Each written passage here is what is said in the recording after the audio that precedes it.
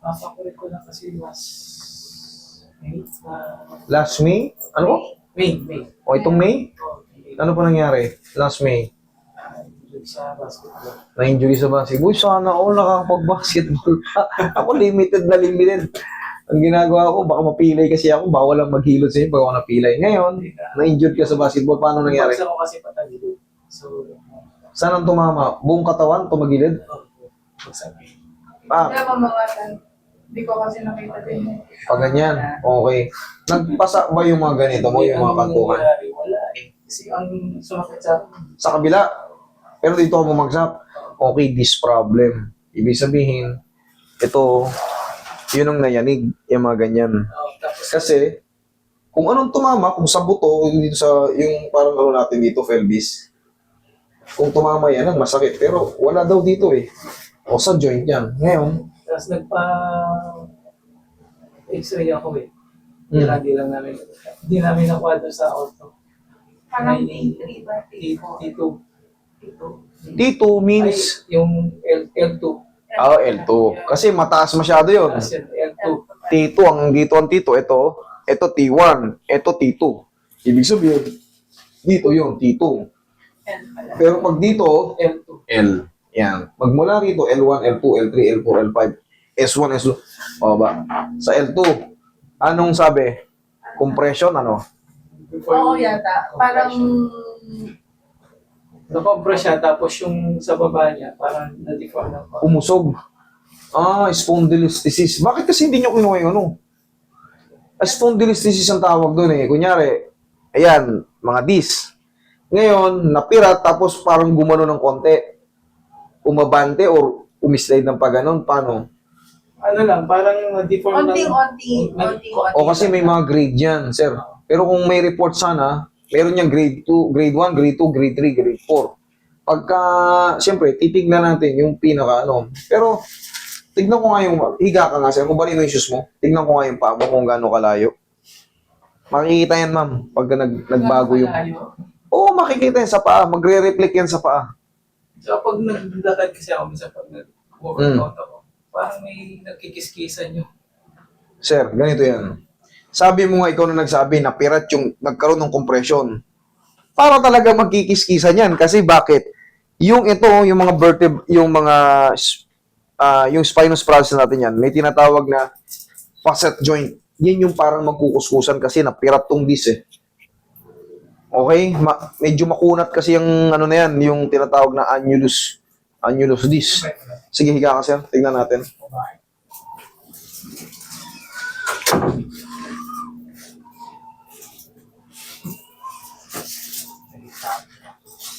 Hmm. Kahit doon sa ilalim mo. O, tingnan mo. O. Ano tinignan mo? Yung paa. Ayan yung haba. O, di ba? Hindi siya papantay. Magre-reflect yan sa baba pagka may ano doon. Nagulat kayo. Upo kayo ulit. Hindi, that is normal. Pero kaya kong ibalik yan. Magre-reflect yan pag mayroon kayong... Sa inyo na mismo nang galing eh. Nagkaroon ng parang umusog o na-deform. Magre-reflect yan. so, pag naglalakad o nagja-jogging ako, May epekto. nangangalay na Yes po. Kasi meron tayong tinatawag na mga spinal nerve. Spinal nerve na pag ano. Okay? Pero I'll do my very very best para masolusyonan natin yung problema mo. Basta, yan, tama yan na dinidiscuss nyo sa akin yung mga bagay-bagay na sinabi sa inyo sa ano. Kasi, yun yung tinatawag nating assessment eh. Pag hindi nyo sinabi sa akin na may ganun-ganun kayo, katulad kanina, yung bagong labas, nagkagulatan kami. Akala ko kasi very simple lang yung kaso niya. Wait lang sir, sabi niya meron kaming files. Sabi kasi ni sir, wala naman daw siyang ano, wala siyang disgrasya. Wala siyang mga ano, sumasakit lang daw talaga yung dito niya. Pero nung, hindi, meron kang ano, sabi nung misis niya, meron kang ano eh, disgrasya nun. Pinakita yung result. Ngayon may compression deformity. Oh, kaya pala, nakita namin sa x-ray, eto, pirat yung dito niya, yung sa T12L1 niya, pirat. Yung anterior wedge. So, alam ko yung gagawin. Okay? Pero ngayon, ayos naman siya. Awa ng Diyos, relax lang ako. Mas maganda kasing may discuss din sa inyo eh. Kasi, risky to, hindi to delikadong galaw-galawin yan kasi maaari kang maparalisa pagka wala kang knowledge dyan. Maaari kang maparalisa in a single shot. Pag umusog yung vertebral body mo, meron yung tinatawag na spinal cord. Yan yung direct to the brain. Kaya, brain control tayo, malulumpo ka. Tayo ka. Nalog nga yung utak ko. Yes po. Maaari kang mag-collapse dun. Brain control po tayo.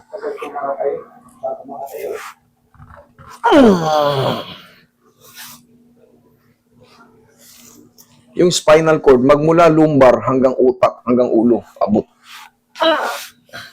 Sige, higang patagilid, bossing. Ayan, magmula ba lang yan, connected yan sa utak. Kaya nga nasabi ko sa inyo, in a single shot, kaya ko itong paralisayin si sir.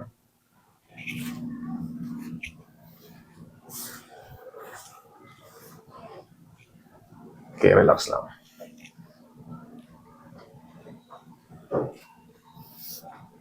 Kabilang side.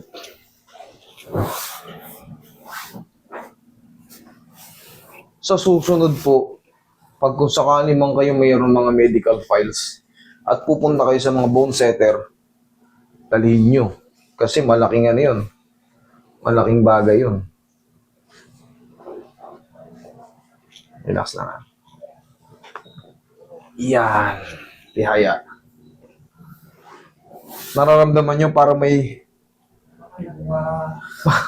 may umangat doon na pangtanggal lang ano yun. Pang-decompression. May mga technique kami dyan. At pectus na sinasabi ko, ako lang nagsasabi niyan, salitang kalye. Ito yung mahaba pero inahata ko pa rin yan. Pero, magtutugma pa rin yan kahit anong gawin nyo kasi once na may alignment, tama yung alignment doon sa taas. Kahit hatakin ko pa to ng napakalakas-lakas, maliban na lang kung bibitaw yung femur head niya sa sa pelvis.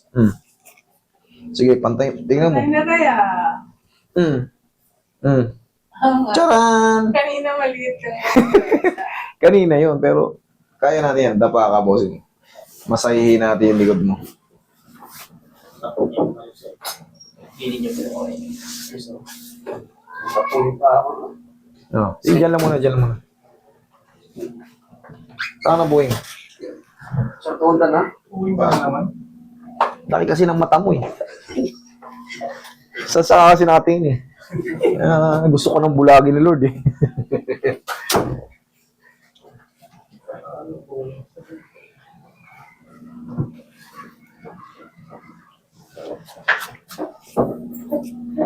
Okay.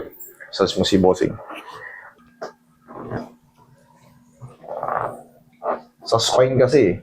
Inhale. Exhale.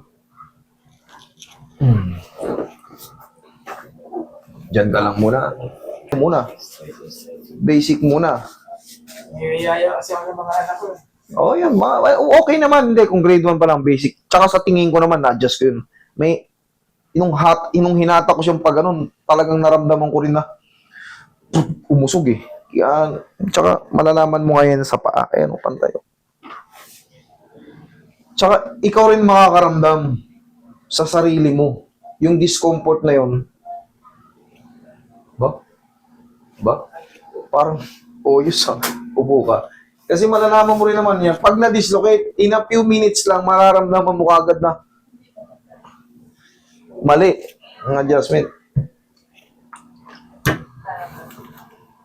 Sige, ito. Dagdagan natin. Dati kasi may Yan ang matagal niyang Frozen. pinatherapy ko. Talagang mas gusto ko pa yung kaysa sa super frozen shoulder. Umiiyak talaga yung frozen shoulder eh. Dito eh. pero ito may improvement. Kaya lang, hindi pa rin siya komportable.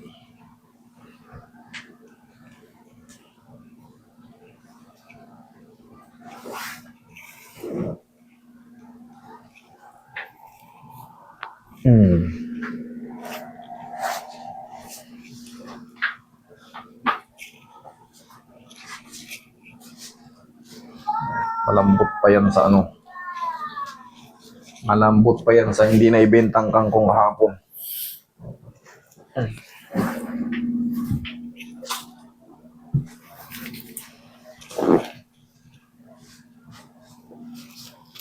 Sir, hindi ka na pwede sa yung ano ha, yung mga sagarang laro ha. Ano ka na lang? Oo. Larong ano ka na lang? Larong papawis na lang, hindi na kagaya noon yung babangga-bangga. Hindi na kagaya nung dati na bata-bata pa.